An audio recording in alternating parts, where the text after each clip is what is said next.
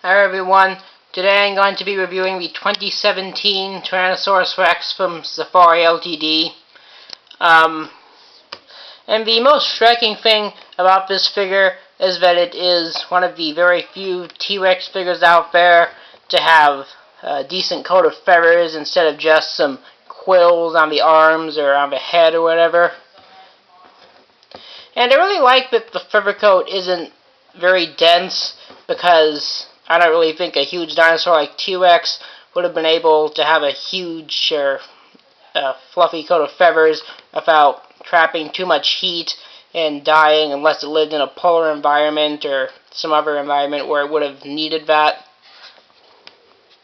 And although the feathering isn't very thick, we do have a nice ruffle of dark red feathers atop the head here, which makes me think it's a male. And I also like the general color scheme with black stripes and some red on the back, and it gets orangish as it go down.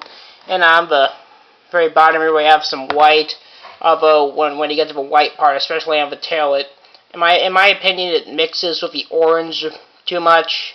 But other than that, I really like the color scheme. One peeve I do have, though, is that the tail should not have feathers, at least not according to fossil evidence, which shows that T-Rex probably had scales, at least on the underside of its tail.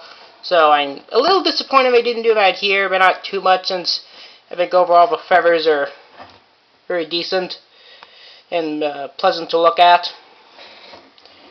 The scales we see here on the face are also very nicely sculpted, and we see some bruises or wounds here, which are probably supposed to be bite marks you would see if received from other male tyrannosaurs in battles for the attention of females, and there is also evidence for this from the fossil records, so that's a nice touch.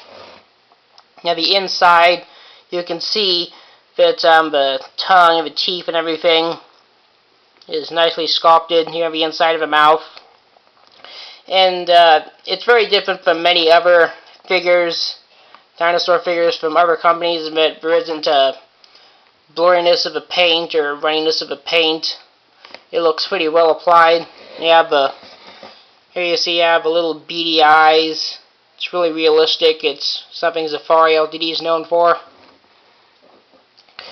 And I would like to point out that more recent discoveries show that the snout would have had a cracked keratin covering, although the recent discoveries also show that this figure is actually correct, at least most likely, and not having huge lisps covering the teeth, although some researchers still think that we'll need a fossil with mummified soft tissue to be certain, but I think that the current conclusions are correct. That's just me.